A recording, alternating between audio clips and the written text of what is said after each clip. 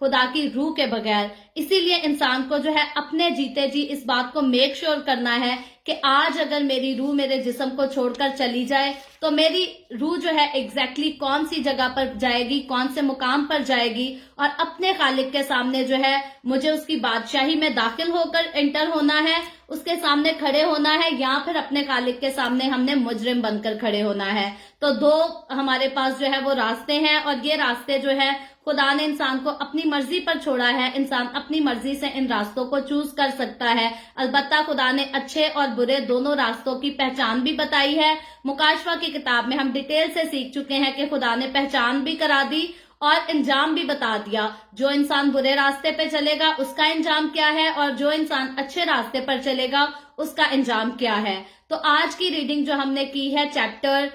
2 ہی ہے, اس کی 8ویں آیت سے کی ہے, اور 8ویں آیت میں یوں لکھا ہے, اور خداوند خدا نے مشرق کی طرف عدن میں ایک باغ لگایا اور انسان کو جسے اس نے بنایا تھا وہاں رکھا. تو انسان کے بنائے جانے کے بارے میں کل ہم نے جو ہے وہ سیکھا تھا کہ انسان مٹی سے بنایا گیا ہے, اور اس کے بارے میں تھوڑی سی جو ہے بات چیت آج بھی ہم نے کی ہے. لیکن یہاں ہم دیکھتے ہیں 8ویں آیت میں کہ خدا نے جس انسان کو اپنے ہاتھ سے بڑے پیار کے ساتھ خوبصورتی کے ساتھ جو ہے وہ ڈیزائن کیا اور اس کو اپنا سانس دے کر جو ہے وہ جیتی جاگتی جان بھی بنایا. خدا اس کی جو ہے وہ فکر بھی کرتا ہے, خدا اس سے پیار بھی کرتا ہے اور اس کا خیال بھی کرتا ہے. اور یوں لکھا ہے کہ خدا نے ایک باغ جو ہے وہ مشرق کی طرف عدن میں لگایا. یہ اس کی 8ویں آیت میں, دوسرے باب کی 8ویں آیت میں لکھا ہے. اور عدن جو ہے یہ ایگزیکٹلی کس جگہ پر تھا, یہ بات تو جو ہے کسی کو اس کی ایگزیکٹ لوکیشن نہیں پتا, کسی کو نہیں پتا کہ یہ ایگزیکٹلی کس لوکیشن میں تھا. لیکن اس کے بارے میں لکھا ہے کہ یہ مشرق کی طرف تھا, جو کہ ہم نے 8ویں آیت میں پڑھا ہے. لیکن علماء کا یہ کہنا ہے کہ یہ بابل کے علاقہ میں جو ہے یہ ہو سکتا ہے. یہ علماء کا کہنا ہے, البتہ بائبل مقدس میں جو ہے اس کی ایگزیکٹ لوکیشن نہیں بتائی گئی. اور عدن کے لفظ کے مطلب کو اگر دیکھیں تو عدن کے لفظ کا مطلب ہے خوشی سے لطف اندوز ہونا, اور یہ لفظ جو ہے یہ جنت سے منسلک ہے. عدن جو ہے یہ عظیم زرخیزی کی علامت بھی کہلاتا ہے. جیسا کہ ہم نے پہلے ذکر کیا کہ خدا انسان کی فکر کرتا ہے, خدا انسان سے پیار کرتا ہے, خدا انسان کا خیال کرتا ہے. تو یہ باغ جو ہے یہ ایک ایسی محفوظ جگہ تھی خدا نے بنائی انسان کے لیے, جہاں خدا جو ہے انسان کے ساتھ رفاقت بھی رکھ سکتا تھا, اور یہاں انسان کی ساری ضروریات کو جو ہے خدا پورا بھی کر سکتا تھا. کیونکہ باغ عدن جو ہے یہ جنت کے خوبصورت ترین نظارے کو, ایک منظر کو پیش کرتا ہے. وہاں انسان کو کسی قسم کی کوئی تکلیف نہیں تھی, کوئی درد نہیں تھا, کوئی دکھ نہیں تھا, کوئی ستاوٹ نہیں تھی.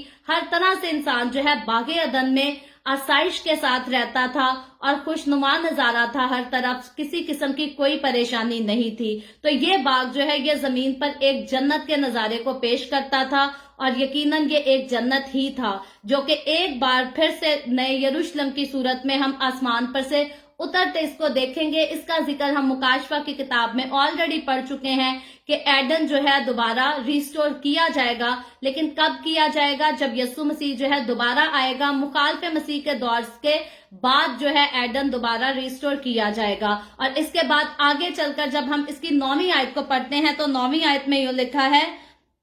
اور خداوند خدا نے ہر درخت کو جو دیکھنے میں خوشنما اور کھانے کے لیے اچھا تھا زمین سے اگایا, اور باغ کے بیچ میں حیات کا درخت اور نیک و بد کی پہچان کا درخت بھی لگایا. تو یہاں جو ہے اس آیت میں پہلے تو ہم نے ایڈن کے بارے میں پڑھا, باغ عدن کے بارے میں پڑھا. اب اس آیت میں ہم حیات کے درخت اور نیک و بد کی پہچان کے درخت کے بارے میں پڑھتے ہیں. باقی درختوں کا بھی ذکر ہے کہ خدا نے خوشنما نظر آنے والے سارے درخت باغ عدن میں جو ہے وہ زمین سے اگائے. لیکن 2 خاص درختوں کے بارے میں جو ہے اس میں بات کی گئی ہے. ایک تو حیات کا درخت ہے, اور دوسرا درخت جو ہے وہ نیک و بد کی پہچان کا درخت ہے. تو حیات کے درخت کی اگر ہم بات کریں تو یہ ایک جو ہے یہ حقیقی درخت ہے, یہ ایک ریئل ٹری ہے جس کے بارے میں ہم مکاشفہ کی کتاب اس کے 22ویں باب میں آلریڈی پڑھ چکے ہیں. یہ زندگی کا درخت ہے جس کے لیے خدا نے مکاشفہ کی کتاب میں کلیسیا کے ساتھ وعدہ بھی کیا ہے کہ جو غالب آئے گا میں اسے زندگی کے درخت میں سے پھل کھانے کو دوں گا, اور جو کوئی اس درخت کا پھل کھائے گا وہ ہمیشہ زندہ رہے گا. اور جب یہ درخت باغ عدن میں لگایا گیا تھا تب بھی اس درخت کی جو ویلیوز تھی, جو فائدے تھے وہ یہی تھے کہ جو کوئی اس درخت میں سے پھل کھائے گا وہ ہمیشہ زندہ رہے گا, اس کو موت جو ہے وہ پھر کبھی نہیں آئے گی۔ اور ساتھ ہی خداوند نے جو ہے ایک اور خاص درخت اس باغ میں لگایا، زندگی کا درخت تو لگایا ہی لگایا، اس کو کھانے سے تو کوئی مرے گا نہیں، لیکن ایک اور خاص درخت ہے جس کے بارے میں ہم پڑھتے ہیں، جسے نیک و بد کی پہچان کا درخت کہا گیا ہے اس چیپٹر میں۔ اور اسی کے پھل کو کھانے کے بعد جو ہے آدم اور حوا کی ہم دیکھتے ہیں کہ آنکھیں کھل جاتی ہیں، جن کو ہم کل کے چیپٹر میں جا کر تفصیل سے پڑھیں گے۔ اور یہ دو خاص درخت، حیات کا درخت اور نیک و بد کی پہچان کا درخت، اور باقی سارے درخت جو ہے یہ باغ عدن کے خوبصورت ترین منظر کو پیش کرتے ہیں۔ آپ آج کسی وادی میں جا کر دیکھ لیں جہاں ہرے بھرے درخت آس پاس ہوں اور بہتے ہوئے چشمے ہوں تو کتنا خوبصورت نظارہ ہوگا،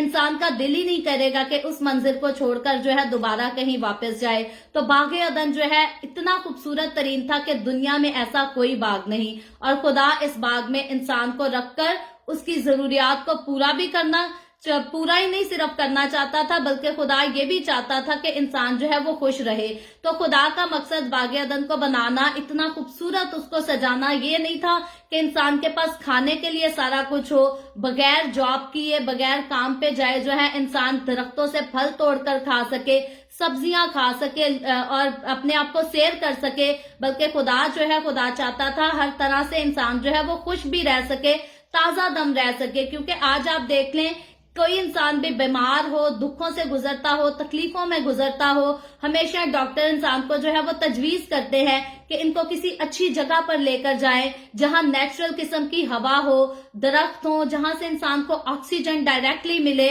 اور انسان کی طبیعت جو ہے وہ خوشنما ہو جائے، درست ہو جائے، ٹھیک ہو جائے۔ اور بہت سارے بیمار ایسے ہیں جو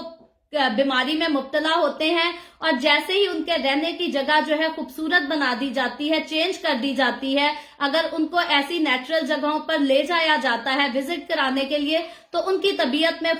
فوری طور پر جو ہے وہ تبدیلی آنا شروع ہو جاتی ہے، کیونکہ فریش ایئر، پھر ہرے بھرے درخت یہ انسان کی آکسیجن کو بھی قائم کرتے ہیں اور ہر طرح سے انسان کو تازہ دم رکھتے ہیں۔ اور یہی وجہ تھی کہ خدا جو ہے انسان کی فکر کرتا تھا، اس سے پیار کرتا تھا، اس کا خیال کرتا تھا، اور خدا نے انسان کے رہنے کے لیے جو جگہ بنائی، جو باغ عدن بنایا، جس کو ہم مکاشفہ کی کتاب دوسرے باب میں دیکھ رہے ہیں، یہ بہت زیادہ جو ہے یہ خوبصورت تھا، اس کا نظارہ بہت خوبصورت تھا۔ اور ان درختوں کے جیسا خوبصورت درخت جو ہے اس دنیا میں کہیں نہیں، جن خاص دو درختوں کے بارے میں بات کی گئی ہے۔ یہ باغ عدن جو ہے یہ دنیا کا خوبصورت ترین باغ تھا، اور اس زمین پر یہ مکمل طور پر جو ہے جنت کا ایک دلکش نظارہ تھا، جس کو آج لوگ جو ہے کشمیر سے بھی تشبیہ دیتے ہیں۔ لوگ کہتے ہیں کشمیر جو ہے وہ جنت کے جیسا ہے۔ یاد رکھے کشمیر بہت خوبصورت ترین ہے، لیکن جنت کا جو یہ نظارہ باغ عدن پیش کرتا تھا، کشمیر باغ عدن کے مقابلے میں جو ہے کوئی چیز نہیں، کیونکہ باغ عدن جو ہے وہ دنیا کا خوبصورت ترین باغ تھا،